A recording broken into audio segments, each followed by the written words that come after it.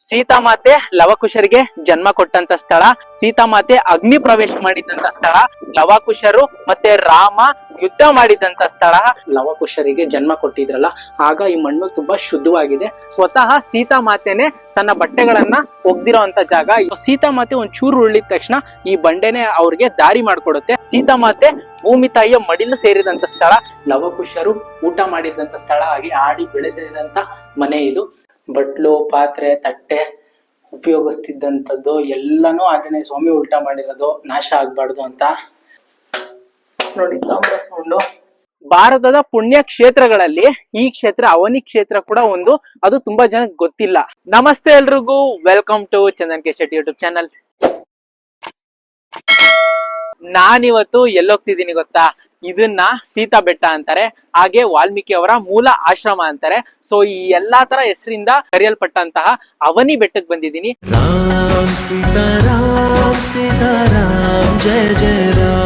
ಇದೇ ಎಂಟ್ರೆನ್ಸ್.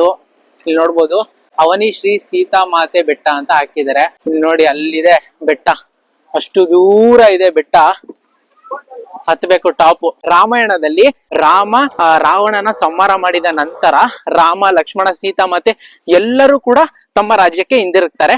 ಒಂದ್ ಟೈಮ್ ಬರುತ್ತೆ, ಆ ಸೀತಾಮಾತೆ ತಿರ್ಗಾ ವನವಾಸಕ್ಕೆ ಬರ್ಬೇಕಾಗುತ್ತೆ. ಆ ಟೈಮ್ ನಲ್ಲಿ ಆ ಲಕ್ಷ್ಮಣ ಸೀತಾಮಾತೆಯನ್ನ ಇದೇ ಬೆಟ್ಟಕ್ಕೆ, ಅಂದ್ರೆ ಇಲ್ಲೇ ಕರ್ಕೊಂಡ್ ಬರ್ತಾರೆ. ಆಗ ಸೀತಾಮಾತೆ ಗರ್ಭಿಣಿಯಾಗಿರ್ತಾರೆ. ಅವರಿಗೆ ಆಶ್ರಯ ನೀಡಿದಂತ ಜಾಗನೇ ಅವನಿ ಬೆಟ್ಟ. ಗಂಟೆ ಹೊಡೆದಿ ಸ್ಟಾರ್ಟ್ ಮಾಡ್ತಾ ಇದೀವಿ. ಇಲ್ಲಿ ನೋಡಿ ನಮ್ಗೆ ಎಂಟ್ರೆನ್ಸ್ ಎಲ್ಲ ಹಾಕಿದ್ದಾರೆ.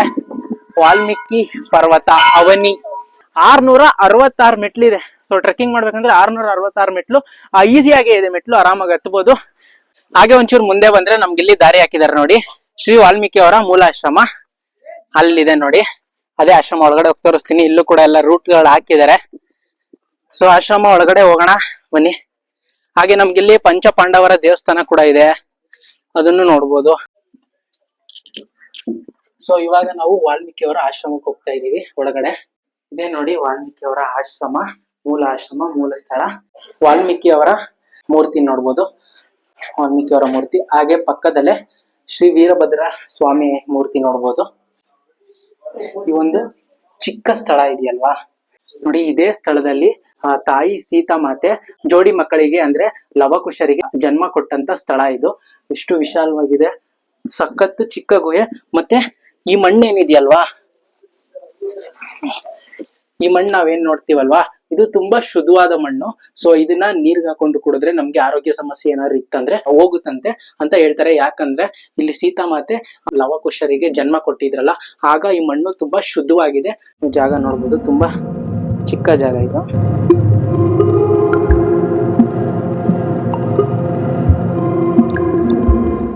ಈಗ ನಾವು ಪಂಚ ಪಾಂಡವರ ದೇವಸ್ಥಾನಕ್ಕೆ ಬಂದಿದ್ದೀವಿ.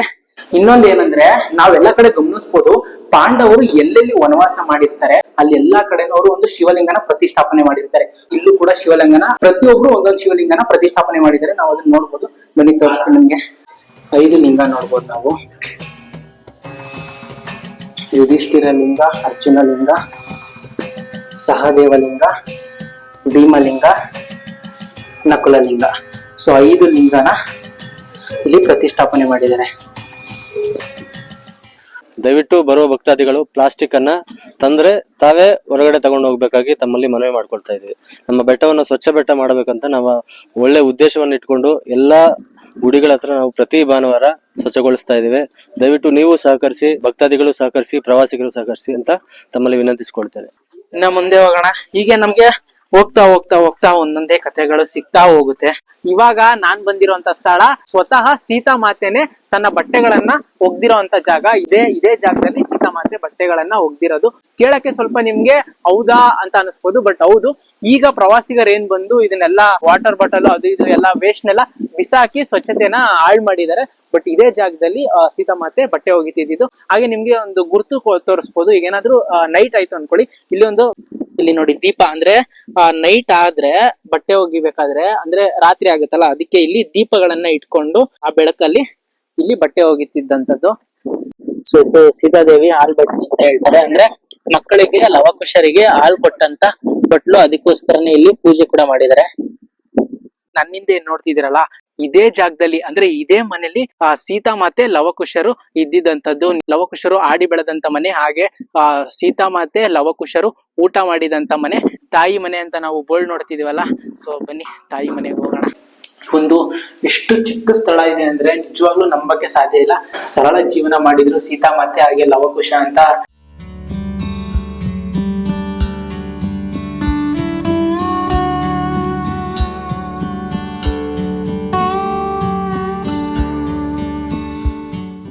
ಲವಕುಶರು ಊಟ ಮಾಡಿದಂತ ಸ್ಥಳ, ಹಾಗೆ ಆಡಿ ಬೆಳೆದಿದಂತ ಮನೆ ಇದು. ಬಟ್ಲು, ಪಾತ್ರೆ, ತಟ್ಟೆ ಉಪಯೋಗಿಸ್ತಿದ್ದಂಥದ್ದು ಎಲ್ಲಾನು ಆಂಜನೇಯ ಸ್ವಾಮಿ ಉಲ್ಟಾ ಮಾಡಿರೋದು, ನಾಶ ಆಗ್ಬಾರ್ದು ಅಂತ. ಸೊ ಅದಕ್ಕೆ ನಮ್ಗೆ ಸೌಂಡ್ ಗೊತ್ತಾಗುತ್ತೆ ನೋಡಿ. ತಾಮ್ರ ಸೌಂಡು,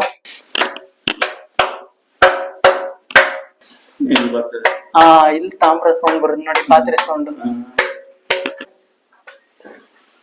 ಮತ್ತೆ ಇಲ್ಲಿ ನಾವು ಜೋಡಿ ಲಿಂಗನು ನೋಡ್ಬೋದು, ಶಿವಲಿಂಗ, ಲವಕುಶರ ಲಿಂಗ. ಈಗ ಏನ್ ಗೊತ್ತಾ, ಲವಕುಶರು ಮತ್ತೆ ಪ್ರಭು ಶ್ರೀರಾಮ ಯುದ್ಧ ಮಾಡಿದಂತ ಸ್ಥಳ ನಾನು ನಿಮ್ಗೆ ತೋರಿಸ್ತೀನಿ. ಆ ಯುದ್ಧ ಮಾಡಿದಂತ ಸ್ಥಳದ ಜೊತೆ ಸೀತಾಮಾತೆ ಕೂಡ ಆ ಯುದ್ಧನ ನೋಡಿದರೆ. ಸೊ ಆ ಸ್ಥಳ ಕೂಡ ನಿಮ್ಗೆ ತೋರಿಸ್ತೀನಿ. ಸೊ ಇಲ್ಲೇನೆ ಶ್ರೀರಾಮ ಮತ್ತೆ ಲವಕುಶರು ಯುದ್ಧ ಮಾಡಿದಂತ ಜಾಗ. ಆ ಸೀತಾಮಾತೆ ಅಲ್ಲಿ ಟಾಪ್ ಅಲ್ಲಿ ಕೂತ್ಕೊಂಡು ಯಾವಾಗ ಆ ರಾಮ ಮತ್ತೆ ಲವಕುಶರು ಯುದ್ಧ ಮಾಡಿದಾಗ ಸೀತಾಮಾತೆ ನೋಡ್ಬೇಕು, ಆ ಯುದ್ಧ ನೋಡ್ಬೇಕಂದಾಗ ಆಂಜನೇಯ ಒಂದ್ರ ಮೇಲೊಂದು ಕಲ್ಲು ಈಗ ಜೋಡಿಸಿರೋದು ಮೇಲ್ ಕೂತ್ಕೊಂಡು ಸೀತಾಮಾತೆ ಆ ಯುದ್ಧನ ನೋಡ್ತಿದ್ರು. ತಂದೆ ಮಗನ ಯುದ್ಧ ನೋಡಿ ಆ ಸೀತಾಮಾತೆಗೆ ಕಣ್ಣೀರು ಬರುತ್ತೆ. ಅಲ್ಲಿ ಕಣ್ಣೀರು ಗುರುತು ಅಂತಾರೆ. ಈ ಬ್ಲಾಕ್ ಅಲ್ಲಿ ಏನ್ ನೋಡ್ತಿದ್ರಲ್ಲ, ಇದೆಲ್ಲ ಸೀತಾಮಾತೆಯ ಕಣ್ಣೀರ್ ಗುರುತು. ಅವ್ರು ಕಾಡಿಗೆ ಹಾಕೊಂಡಿರೋದ್ರಿಂದ ಈ ಕಪ್ಪು ಕಲರ್ ಇದೆ ಅಂತ ಕೂಡ ಹೇಳ್ತಾರೆ. ಪ್ರಭು ಶ್ರೀರಾಮ ಅವರು ಅಶ್ವಮೇಧ ಕುದುರೆನ ಬಿಡ್ತಾರೆ. ಸೊ ಅಶ್ವಮೇಧ ಕುದುರೆ ಏನಂದ್ರೆ ಅದನ್ನ ಯಾರು ಹಿಡ್ದಿ ಕಟ್ಟಾಕ್ತಾರೆ ಅಲ್ಲಿಗೆ ಯುದ್ಧ ಶುರು ಆಗುತ್ತೆ ಅಂತ. ಅದನ್ನ ಲವಕುಶರು ಒಂದು ಸ್ಥಳದಲ್ಲಿ ಕಟ್ಟಾಕ್ತಾರೆ, ಅದಕ್ಕೆ ಆಹಾರನೂ ಇರೋದಿಲ್ಲ. ಸೊ ಆ ಸ್ಥಳಕ್ಕೆ ಹೋಗ್ತಾ ಇದೀನಿ ನಾನೀಗ. ಇದೇ ಸ್ಥಳದಲ್ಲಿ ಲವಕುಶರು ಅಶ್ವಮೇಧ ಕುದುರೆನ ಕಟ್ಟಾಕೋದು. ಅದಕ್ಕೆ ಆಹಾರ ನೀಡಿರೋದಿಲ್ಲ, ಅದಕ್ಕೆ ಅದು ಬಂಡೆನೆ ಹೆಂಗಿರುತ್ತೆ. ಇಲ್ಲಿ ಏನ್ ಹುಲ್ಲು ಹಾಕಿದ್ದಾರೆ ಅಂದ್ರೆ ಅದಕ್ಕೆ ಆಹಾರ ಆಗ್ಲಿ ಅಂತ ಹುಲ್ಲು ಹಾಕಿದ್ದಾರೆ.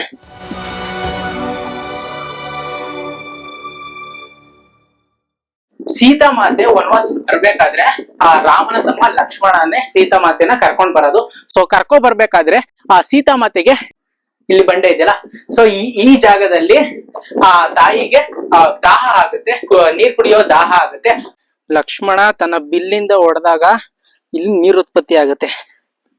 ಇದೇ ಧನುಷ್ಕೋಟಿ ಲಕ್ಷ್ಮಣ ತೀರ್ಥ. ಇದೇ ನೀರಿನಿಂದ ಸೀತಾಮಾತೆ ತನ್ನ ದಾಹವನ್ನ ತೀರ್ಸ್ಕೋತಾರೆ. ಇವಾಗ ನಾನ್ ನಿಮಗ್ ತೋರಿಸ್ತಾ ಇದ್ದೀನಿ ಅಗ್ನಿ ತೀರ್ಥ. ಇದೇ ಜಾಗದಲ್ಲಿ ಸೀತಾಮಾತೆಗೆ ಅಗ್ನಿ ಪರೀಕ್ಷೆ ಆಗುತ್ತೆ. ಯಾಕಂದ್ರೆ ಆ ಶ್ರೀರಾಮನ ಆಸ್ಥಾನದಲ್ಲಿ ಪ್ರಜೆಗಳೆಲ್ಲ ಏನ್ ಮಾತಾಡ್ತಾ ಇರ್ತಾರೆ ಅಂದ್ರೆ ಸೀತಾಮಾತೆ ರಾವಣ ಅವ್ರ ಜೊತೆ ಇರ್ತಾರಲ್ಲ, ಅವರು ಪವಿತ್ರರೋ ಇಲ್ವೋ ಅಂತ ಮಾತಾಡ್ತಾರೆ.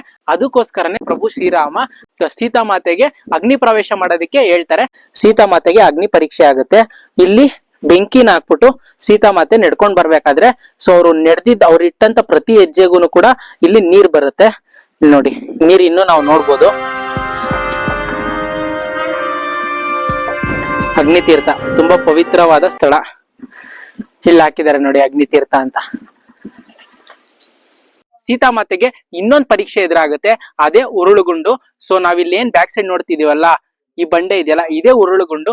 ಇಲ್ಲಿ ಒಂದು ಸಣ್ಣ ದಾರಿ ಇದೆಯಲ್ಲ ಇವಾಗ ಆಗಿರೋದು. ಶ್ರೀರಾಮ ಏನ್ ಹೇಳ್ತಾರೆ ಅಂದ್ರೆ ಇಲ್ಲಿ ಸೀತಾಮಾತೆ ಉಳ್ಕೊಂಡ್ ಹೋಗ್ಬೇಕು, ಈ ಬಂಡೆ ಕೆಳಗಡೆ ಉಳ್ಕೊಂಡ್ ಹೋಗ್ಬೇಕು ಅಂತ ಪರೀಕ್ಷೆ ಇರುತ್ತೆ. ಮತ್ತೆ ಇನ್ನೊಂದ್ ಏನ್ ಹೇಳ್ತಾರೆ ಅಂದ್ರೆ ನಾವು ಕೂಡ ಇಲ್ಲಿ ಉಳ್ಕೊಂಡ್ ಹೋಗ್ಬೋದು, ನಿಮ್ಗೇನಾದ್ರು ದೆವ್ವ ಪಿಚಾಚಿ ಏನಾದ್ರೂ ಮೆಟ್ಕೊಂಡಿದ್ರೆ ಸೊ ಇಲ್ಲಿ ಉಳ್ಕೊಂಡ್ ಹೋಗ್ಬೇಕಾದ್ರೆ ಅದು ಇಟ್ಕೊಳ್ಳುತ್ತೆ ಅಂತ ಕೂಡ ಹೇಳ್ತಾರೆ. ಸೊ ನಾನು ಉಳ್ಕೊಂಡ್ ಹೋಗಿ ಟ್ರೈ ಮಾಡ್ತೀನಿ ಏನಾದ್ರು ಇಟ್ಕೊಂಡಿದ್ಯಾ ಏನೋ ಎತ್ತ ಅಂತ.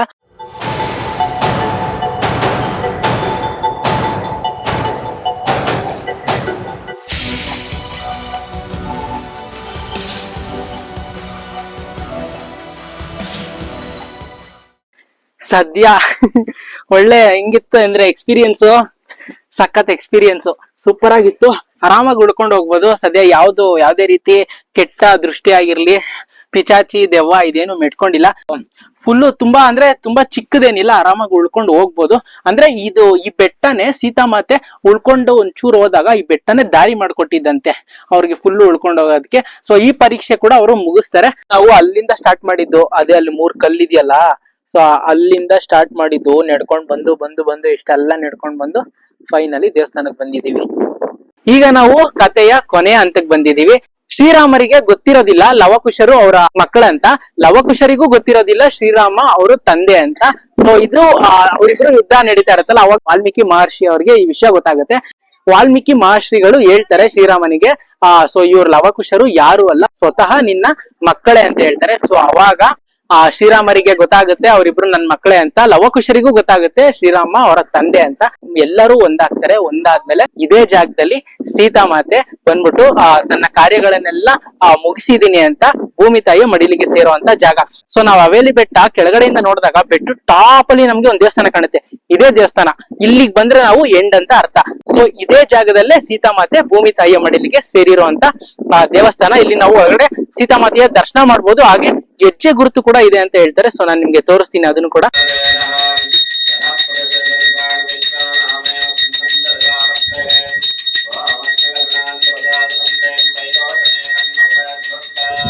ಇಲ್ಲಿ ಪಾದದ ಗುರುತು ನೀವು ನೋಡ್ಬೋದು. ನೋಡಿ, ತಾಯಿಯ ಪಾದದ ಗುರುತು. ಇದೇ ಸ್ಥಳದಲ್ಲಿ ತಾಯಿ ಭೂಮಿ ತಾಯಿಯ ಮಡಿಲಿಗೆ ಸೇರ್ಕೊಂಡಿತ್ತು. ಭೂತಾಯಿಯ ಮಡಿಲಿಗೆ ಸೇರ್ಕೊಂಡಿರೋದು. ಟೈಮಿಂಗ್ಸ್ ಏನಿದೆ ಅಣ್ಣ ದೇವಸ್ಥಾನದ್ದು?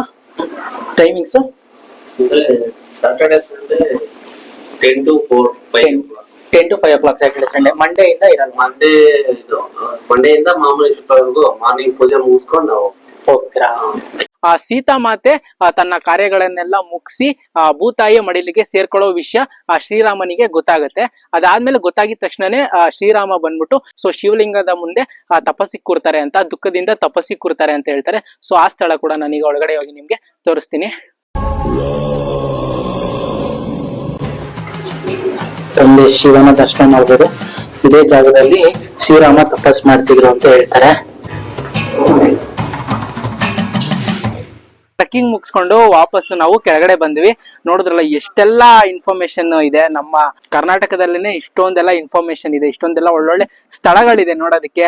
ನಮ್ಮ ಕರ್ನಾಟಕದ ಒಳಗಡೆ ಇರುವಂತ ಇಂಥ ಪವಿತ್ರವಾದ ಸ್ಥಳಗಳಿಗೆ ಬರಬೇಕು, ದರ್ಶನಗಳನ್ನ ನೀವು ನೀಡಬೇಕು. ಯಾರಿಗೆಲ್ಲ ಈ ವಿಡಿಯೋ ಇಷ್ಟ ಆಯ್ತು ದಯವಿಟ್ಟು ಲೈಕ್ ಮಾಡಿ, ಶೇರ್ ಮಾಡಿ, ಹಾಗೆ ಸಬ್ಸ್ಕ್ರೈಬ್ ಮಾಡೋದು ಮಾತ್ರ ಮರಿಬೇಡಿ. ಯಾಕಂದ್ರೆ ನಿಮ್ಮ ಒಂದು ಸಬ್ಸ್ಕ್ರೈಬ್ ಇಂದ ನಾನು ಇನ್ನೊಂದಷ್ಟು ಹೆಚ್ಚು ವಿಡಿಯೋಸ್ಗಳು ಮಾಡೋದಕ್ಕೆ ಸ್ಫೂರ್ತಿ ಆಗುತ್ತೆ. ಸೊ ಮುಂದಿನ ವಿಡಿಯೋದಲ್ಲಿ ಸಿಗೋಣ ಅಂತ ಹೇಳ್ತಾ ಎಲ್ರಿಗೂ ಟಾಟಾ, ಬಾಯ್ ಬಾಯ್.